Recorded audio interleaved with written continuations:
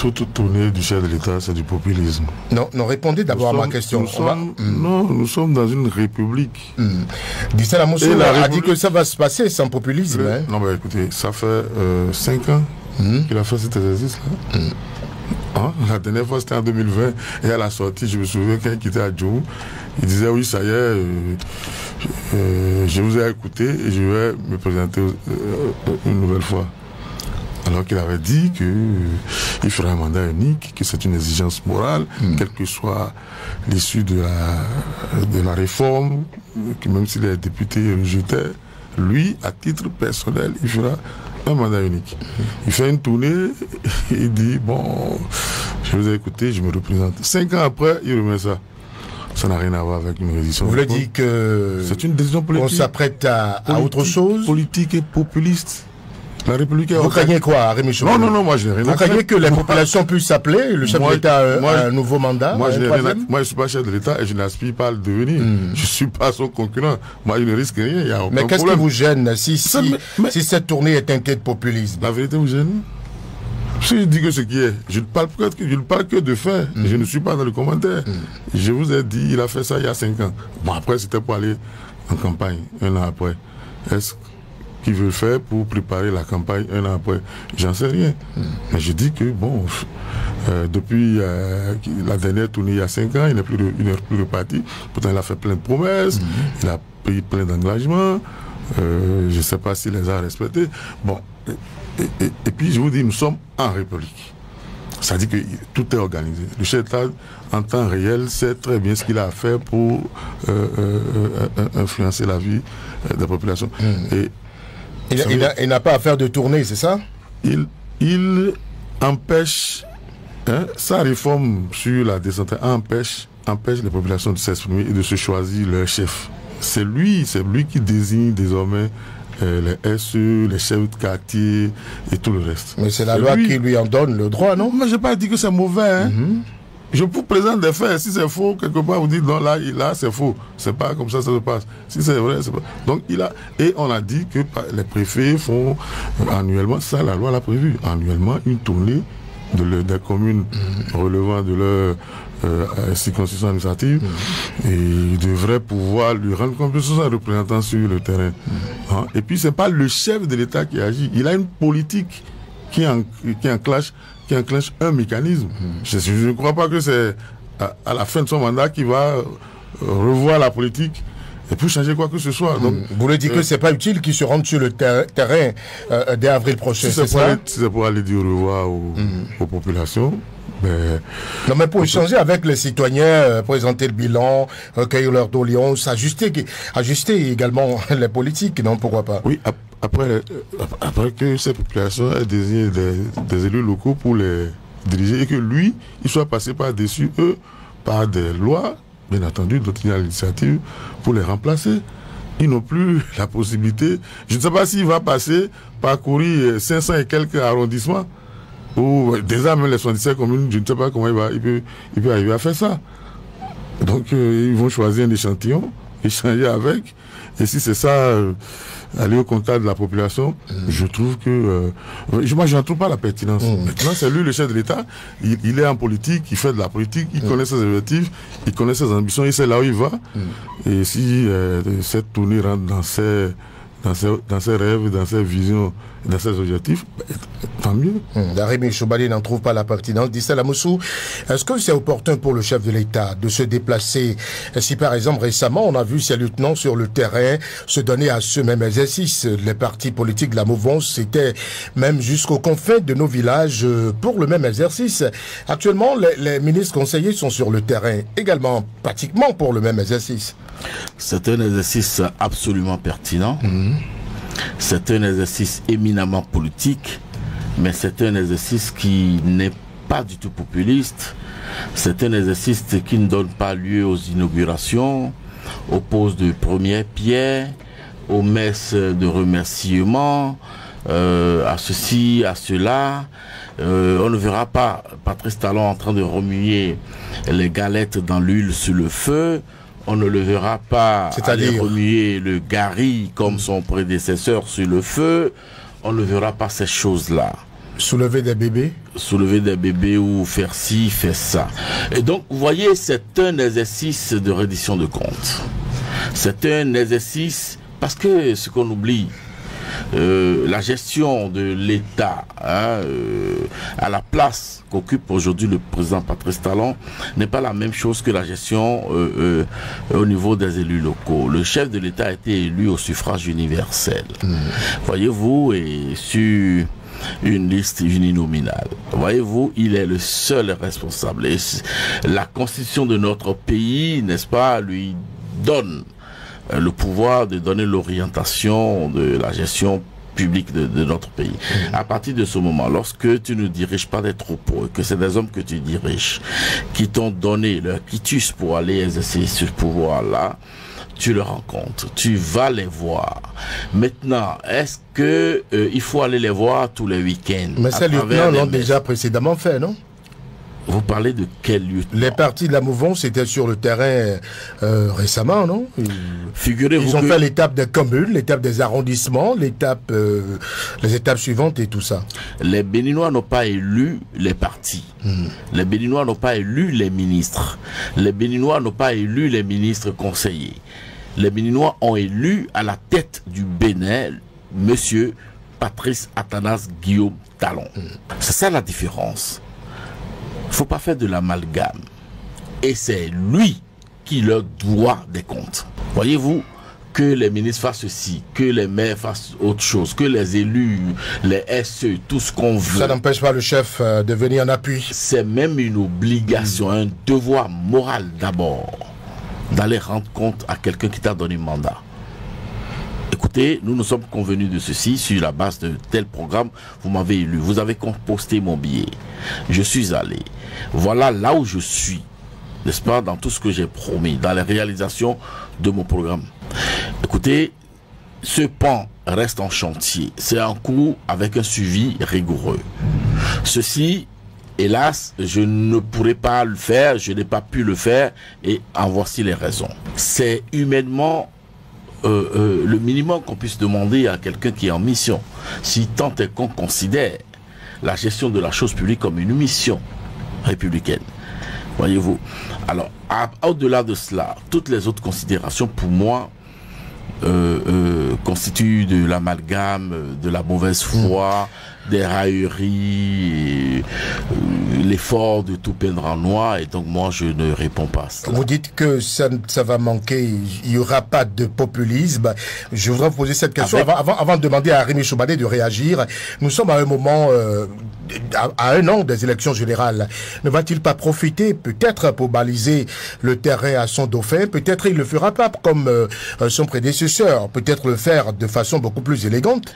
Même s'il en avait l'intention, le timing n'est pas juste. C'est le moment qui reste, le temps qui reste est trop peu. Et vous savez, vous avez connu un gouvernement populiste dans ce pays. Vous avez connu un ancien chef d'État très populiste dans ce pays. Voyez-vous, c'était tous les week-ends, c'était tous les mois qu'il écumait le pays, les villages en hélicoptère. Fuyant l'état de dégradation avancée des routes, qui n'a pas pu arranger, construire, redimensionner. Voyez-vous. Alors, donc, celui qui n'a pas fait ça... Il n'y a pas eu de construction de route sous le prédécesseur, vous voulez dire? Je n'ai jamais dit ça. Ne me faites pas dire ce que je n'ai pas dit. Allez-y, j'ai dit qu'on l'a vu dans les hélicoptères loués à côté, chèrement payé sur le dos du contribuable béninois, écumer les hameaux. On pouvait aller de Cotonou à Porto Novo en hélicoptère. On a vu ça. On est allé à Calavi en hélicoptère. On a vu ça. Voyez-vous, c'est ça le populisme. Patrice Talon n'a jamais fait ça. Il ira pas avoir de terre, vous le savez? Est-ce que vous avez déjà vu Patrice Talon écumer le pays en hélicoptère? Je demande. Peut-être le monsieur a une pratique. Il a des habitudes depuis 10 ans bientôt qu'il est à la tête de ce pays. C'est pas un coutumier du fait. Il a un œil regardant dans la qualité des dépenses publiques. Et voyez-vous, c'est ce qui fait la particularité de son management et de la gestion de ce pays. N'est-ce pas? Il bousille pas. Il flambe pas l'argent du contribuable béninois. Il utilise à des fins à bon escient, à des fins propice et avec parcimonie. Merci Distel Amoussou. Arémé Choubadi, vous avez envie de réagir? Réagir à quoi? Vous avez dit que c'est une sortie qui sera à plein dans le populisme. Distel dit non? Non, je réponds à quoi? Pas à Distel, bien entendu. Lui ne m'intéresse pas. On parle du Bénin, donc je ne veux pas réagir par rapport à ce que lui a dit. Il pense que qui dit, et puis on continue. Moi, je vous ai dit, je sais pas si je vais me répéter. Bon, d'abord, je ne sais pas si c'est un bilan qu'il veut faire. S'il veut faire un bilan, puisqu'on fait de la politique pour les humains, vous savez que le bilan humain du régime est très lourd. Il y a des rapports, il y a des dizaines de morts au cours de ces deux mandats, plus les 45 jours. J'espère qu'on ne peut pas aller sur le terrain sans quand même essayer de rendre hommage à tous ces citoyens qui sont tombés et qui n'ont même pas pu bénéficier d'une justice parce qu'on s'est précipité d'aller voter une loi d'amnistie. Si tant est qu'on ait su que ce qu'on avait fait, c'était dans les règles de l'art et que c'était pour être conforme à sa mission, on ne se précipite pas pour aller voter une loi pour empêcher que la vérité se sache. Bon, pour le bilan, pour le reste, tout le monde sait ce qui s'est passé avec les fonds publics. Avec toute l'opacité, on ne connaît pas les salaires des ministres, du chef de l'État, on ne connaît pas les coûts des chantiers, on ne sait pas ce qui se passe. Il y a plus, on ne voit plus dans les journaux les appels d'offres pour des chantiers et tout ça. Je suis convaincu que ce qui est caché se saura. On n'a même pas besoin de faire le débat, de se précipiter, puisque le mandat est toujours en cours. Voilà, vous savez, sur le plan de l'impunité, quelqu'un a été condamné à 6 ans de prison pour, je sais pas, trafic de médicaments ou tout ce qu'on a su ici avec grande bataille médiatique. Il a été condamné à 6 ans, mais c'est lui qui installe les structures du BR dans Cotonou et ailleurs. On a voté une loi pour que le chef d'État puisse suspendre l'application de peine. On a vu un préfet jugé, condamné, puis après extrait pour aller faire un petit séjour à l'extérieur, revenir en toute liberté. Donc on fera le bilan, quoi qu'on dise. On peut mettre tous les vernis possibles, tous les enjoliveurs possibles. La vérité est là. Et quand je le dis, la politique se fait pour les humains. Ce n'est pas pour les infrastructures. C'est pour les humains. On va me dire, oui, les humains bénéficient de ça. Mais lorsque vous ôtez la vie, lorsque vous faites verser du sang, ça corrompt tout. Et je crois qu'on fera ce bilan. Ce bilan également. On n'a pas besoin de faire enfermer les gens. On a vu avec Kérékou, qui malgré tout ce qu'il a pu faire pendant sa dictature de 17 ans, on l'a pardonné, on l'a même pardonné sans même savoir, sans même évaluer l'étendue des crimes commis. Vous savez, donc on n'est pas un pays de vindicatifs ou de gens qui aiment la vengeance, des trucs comme ça, mais néanmoins on doit faire le deuil et la vérité. Avant peut-être de... Voilà, j'espère qu'on va mettre à profit cette tournée-là pour rendre hommage à tous ceux qui ont été tués par des tirs à balles réelles en pleine élection, qui se chiffrent à des dizaines. Voilà. Merci, Arémé Choubadi. Distel Amoussou, en hélico ou par voie de terre, la facture va être forcément salée pour le contribuable. Pourquoi? Pourquoi vous l'estimez? Pourquoi vous le dites? Non, je crois que le dire et le présenter de cette façon, c'est méconnaître la rigueur avec laquelle les fonds publics béninois sont désormais gérés. Et c'est ce qui, d'ailleurs, nous vaut aujourd'hui multiples distinctions au plan international. Voyez-vous, le président Patrice Talon n'est pas dans le bon papa-noëlisme. Ce n'est pas le monsieur qui pouvait partager du riz à Kadjeon ou faire l'aumône l'objectif, n'est-ce pas, de s'attirer les votes ou les considérations. Non, c'est un monsieur qui prend, c'est un gouvernement qui prend les décisions, même si ces décisions-là doivent bousculer nos automatismes, nos habitudes et nous faire mal, nous faire très mal.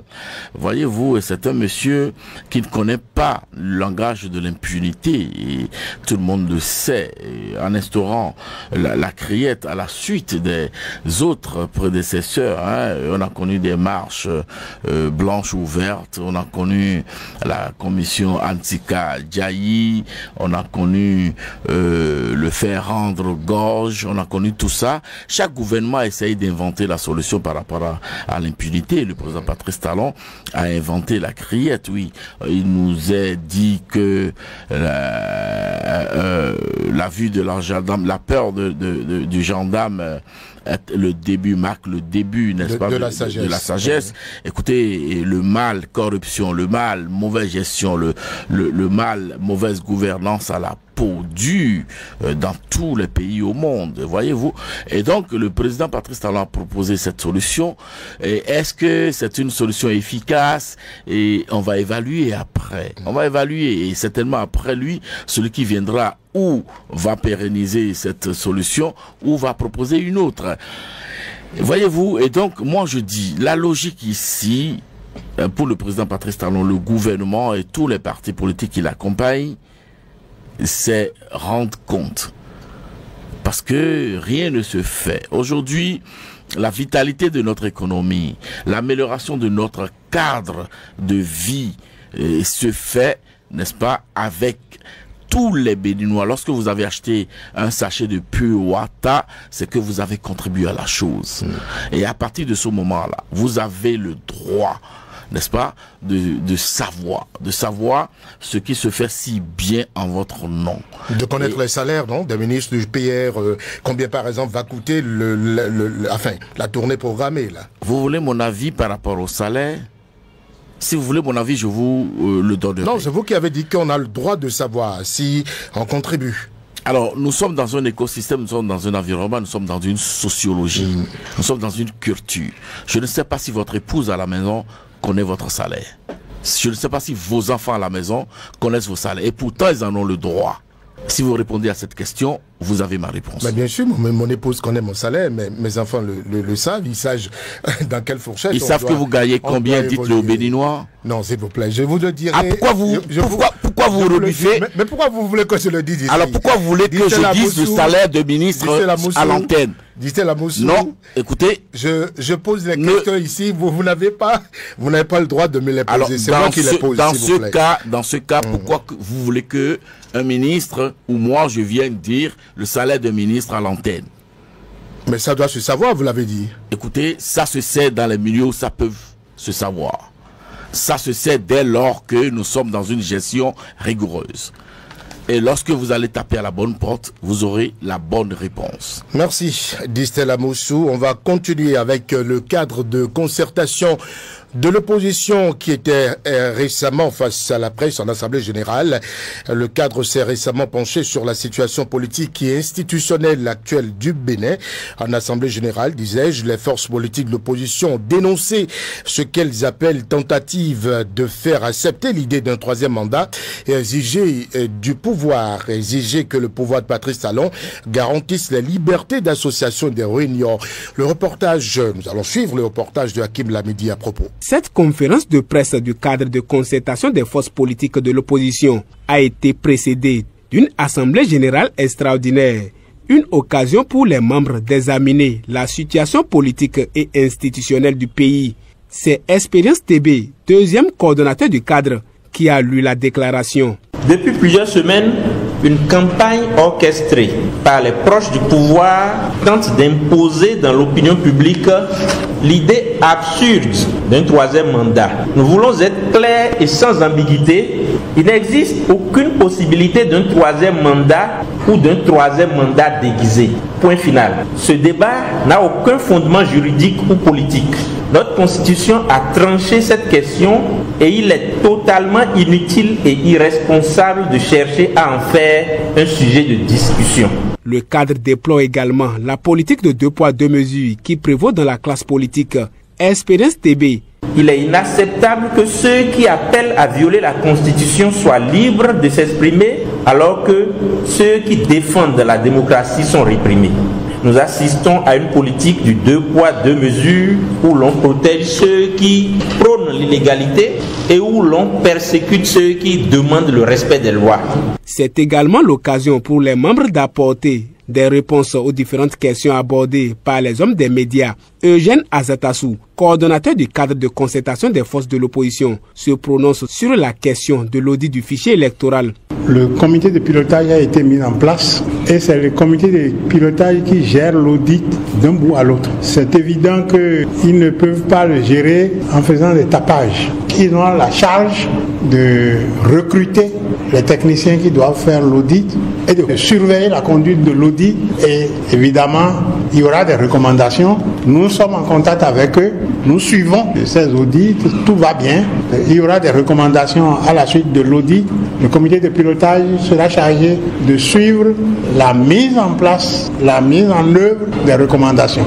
Le cadre de concertation est ouvert à tout le monde et toute personnalité qui partage notre idéal, a laissé entendre Apollinaire Avoyon, membre de ce cadre. Merci Hakim Lamidi, à Rémi Choubadé, réaction. Vous avez suivi Expérience TB et d'autres membres du cadre de concertation de l'opposition. Aucune possibilité d'un 3e mandat ou d'un 3e mandat déguisé.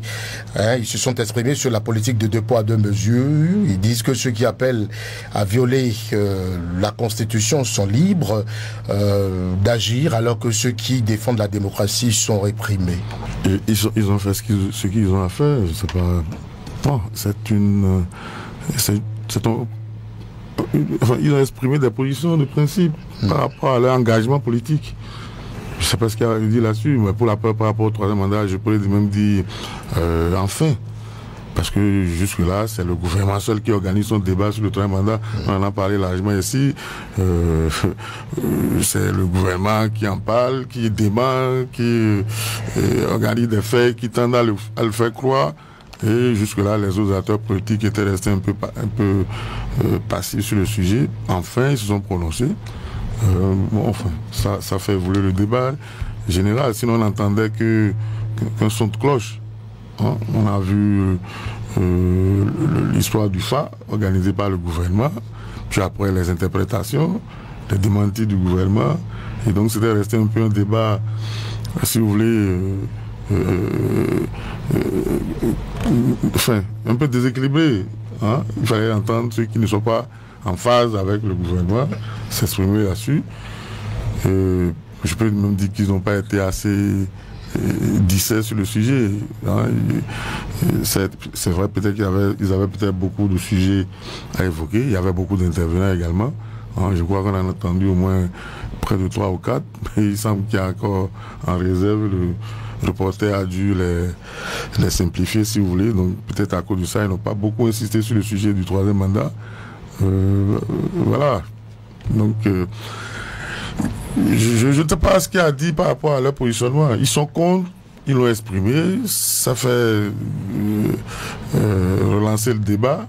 Est-ce que, selon vous, le débat est clos maintenant? La Cour constitutionnelle vient de déclarer irrecevable le recours de M. Christian Laïdé sur l'éligibilité ou non du PR actuel pour un nouveau mandat. Est-ce que le débat, avec ça là, avec tout ça réuni, on peut dire que le débat sur le 3e mandat est clos? Si le gouvernement décide de clore le débat, ça ne viendra pas. Le débat, on pensait que c'était réglé depuis.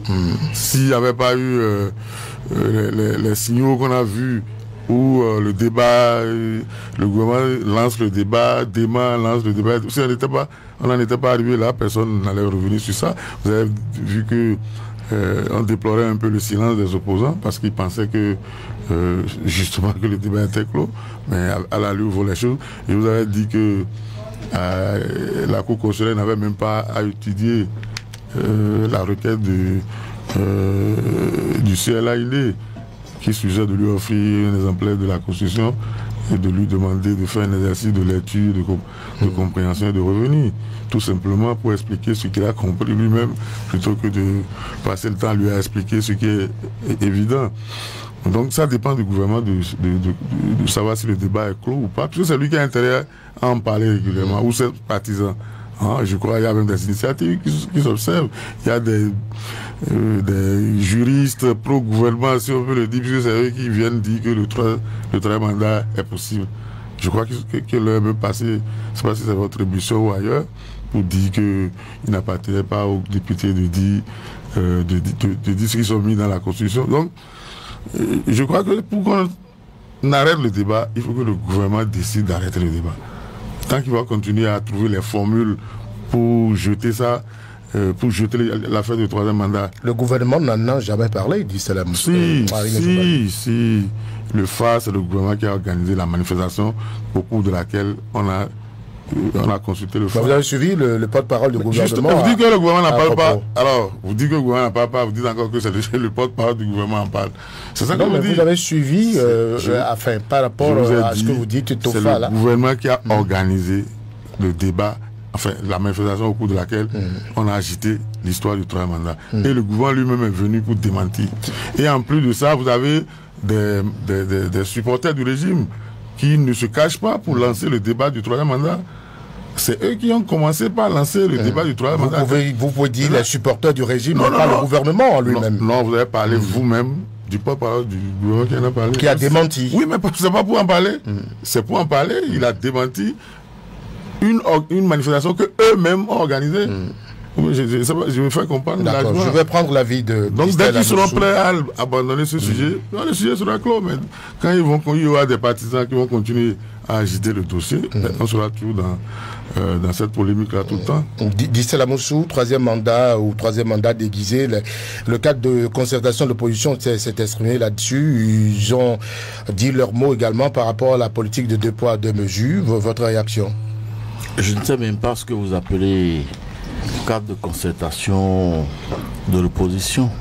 Ah bon? C'est un regroupement qui n'a aucune existence légale. Je n'ai pas leur numéro de déclaration ou d'enregistrement au titre d'ONG ou de parti. Non, mais c'est des partis d'opposition qui se sont, à un moment donné, sont décidés de réunir leurs forces pour agir ensemble, non? Alors, nul n'est censé ignorer la loi. C'est pas interdit, ça? Nul n'est censé ignorer la loi. Lorsque vous vous constituez, ou vous constituez en loi 1901, ONG, association, ou que sais-je encore, ou vous êtes parti politique. Alors vous me posez la question là. Je vous mets au défi de m'exhiber les preuves de l'existence légale d'un cadre de concertation des partis politiques de l'opposition. Cela n'existe pas. Bon, réagissez alors au propos d'Espérance TB, vous l'avez suivi, non? Alors, lui, il est chef de parti. Et il parle dans un concert de regroupement de partis politiques juste à poser pour les besoins de leur combat. Et donc, ne me parlez plus jamais de cas de concertation parce que cela n'existe nulle part au Bénin. Alors donc ce regroupement momentané de partis politiques juste à poser, n'est-ce pas, s'administre sur les réseaux sociaux et se nourrit des ouïdis, des ragots, des tutis, des cancans sur les réseaux sociaux. Parce qu'aujourd'hui au Bénin, aucune institution de la République, aucun parti politique légalement constitué de la mouvance, aucun homme politique, n'est-ce pas, légitime au sein de la mouvance n'a posé le débat quelconque sur un quelconque troisième mandat. C'est des railleries, c'est des... Mais les lieutenants du pouvoir, en parlant, vous ne les suivez pas? Qu'est-ce que vous appelez lieutenant du pouvoir? Non, mais vos collègues, enfin, les membres de BR ou de UP, mon sur parti, les réseaux sociaux. Mon parti, puisque vous évoquez BR, mon parti, le Bloc républicain, n'a jamais introduit ce débat en discussion à l'interne. Et mon parti, le Bloc républicain, n'a jamais donné mandat à un quelconque lieutenant de dire quoi que ce soit. Et s'il en parle, ça commence toujours comme ça, dit Selamoussou. Écoutez, chaque... Ça commence toujours par un cul d'âme, par un membre, et puis ça s'enflamme, non? Chaque cul d'âme, chaque cadre de société peut se comporter comme il veut dans la société, dans les réseaux sociaux. C'est une question d'éducation. Le Bloc républicain a pour leitmotiv la discipline et l'engagement total et indéfectible à la gouvernance du président Patrice Talon. Maintenant que l'opposition s'est exprimée et que la Cour a jugé irrecevable le recours de l'ex-ministre Christian Lagnidé sur l'éligibilité de Patrice Talon en 2026, est-ce que le débat est clos maintenant sur le 3e mandat? Je ne sais pas ce que vous appelez l'opposition. Je ne sais pas. Dites-moi, telle partie de l'opposition a dit si. Et je vous venez de suivre expérience TB de MPL, non? Alors, est-ce que c'est à MPL que je dois apporter une réponse? Non, je dis ce cocktail de réponses, de réactions. La réaction de la Cour, la réaction des partis d'opposition. C'est une réaction. Que le débat est clos, selon vous, sur le 3e mandat? C'est une réaction à des éléments ressassés sur les réseaux sociaux. C'est une réaction à des éléments sans fondement. C'est une réaction à des ragots. Alors moi, je ne me vois pas dans la posture d'apporter une réponse. Vous voulez dire que la Cour s'est exprimée par rapport au ragot? La Cour a eu des saisines, dont celle de monsieur Enoch Christian Laïdé. Donc Enoch Christian Laïdé s'est fondé sur les ragots pour saisir la Cour? Et la Cour, écoutez, la Cour vient de dire par rapport à sa saisine et qui n'est pas fondée. Mais je vous demande si le débat maintenant est clos. Le débat, est-ce que c'est clos? Pour moi, il n'y a jamais eu de débat. D'accord, merci. Il n'y a jamais eu de débat. On va poursuivre. Hein. Vous n'aimez pas ce terme, mais je suis obligé de le dire. Hein. L'opposition béninoise s'est réunie au sein du cadre de concertation et a appelé également au retour des exilés, à la sortie des prisonniers politiques, à un climat politique apaisé. Maître Adrien Ongbeji a joint récemment sa voix à cette tendance. La réaction du porte-parole du gouvernement ne s'est pas fait attendre. Suivant Wilfried Léandre Ongbeji. Je me disais bien qu'il y en aurait au moins un de futé parmi vous pour demander à un Ongbeji d'apprécier les propos d'un autre Ongbeji, qui plus est sont grands. Mais vous êtes choqué par la teneur des propos tenus par le président Ongbeji, et je vous l'accorde. Mais je comprendrais aussi que vous ne le jugiez pas exclusivement sur ses propos, parce qu'il a déjà dit de bien meilleures choses que ça.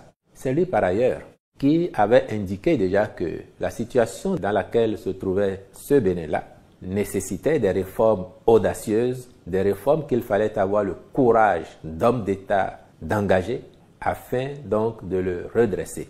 Après, il est vrai que, comme l'enseignerait La Rochefoucauld, même les changements les plus souhaités ont leur mélancolie. Mais ça n'est pas parce que seraient apparues des mélancolies sur le chemin que les réformes auraient perdu de leur substance, de leur vertu.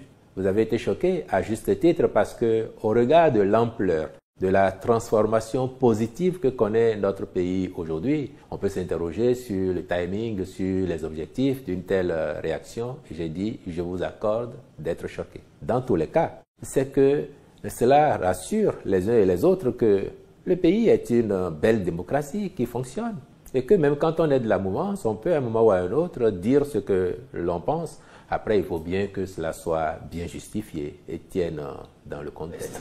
Wilfried Léandre Ongbeji, porte-parole du gouvernement. Rémi Choubadi, vous l'avez suivi? Oui, je l'ai suivi. Il répondait aux propos d'Adrien Ongbeji, maître Adrien Ongbeji. Non, il n'a pas répondu. Il n'a pas répondu. Non, il n'a pas répondu. Vous n'avez pas trouvé d'éléments de réponse? Non, pas du tout. Pas du tout. Le président Ongbeji a parlé d'exclusion, il n'a pas parlé de réforme. Si c'est par rapport... Lui, il a trouvé que toutes les réformes, tout est positif, tout ça là. Il porte la parole du gouvernement, c'est même pas son opinion. Enfin, je vais vous dire, la réforme, rien que pour le code électoral de 2018, de 2018 à ce jour, enfin, pour les chiffres qui sont disponibles, c'est 25 morts lors des élections. Des présidentiables en prison. Et puis d'autres en exil. C'est ça le bilan de la réforme. C'est ça le bilan de la réforme. On a tué des Béninois parce qu'on veut que les humeurs du chef de l'État deviennent loi. Non, s'il vous plaît, Arimé. Je vous en prie. S'il vous plaît. Je vous en prie.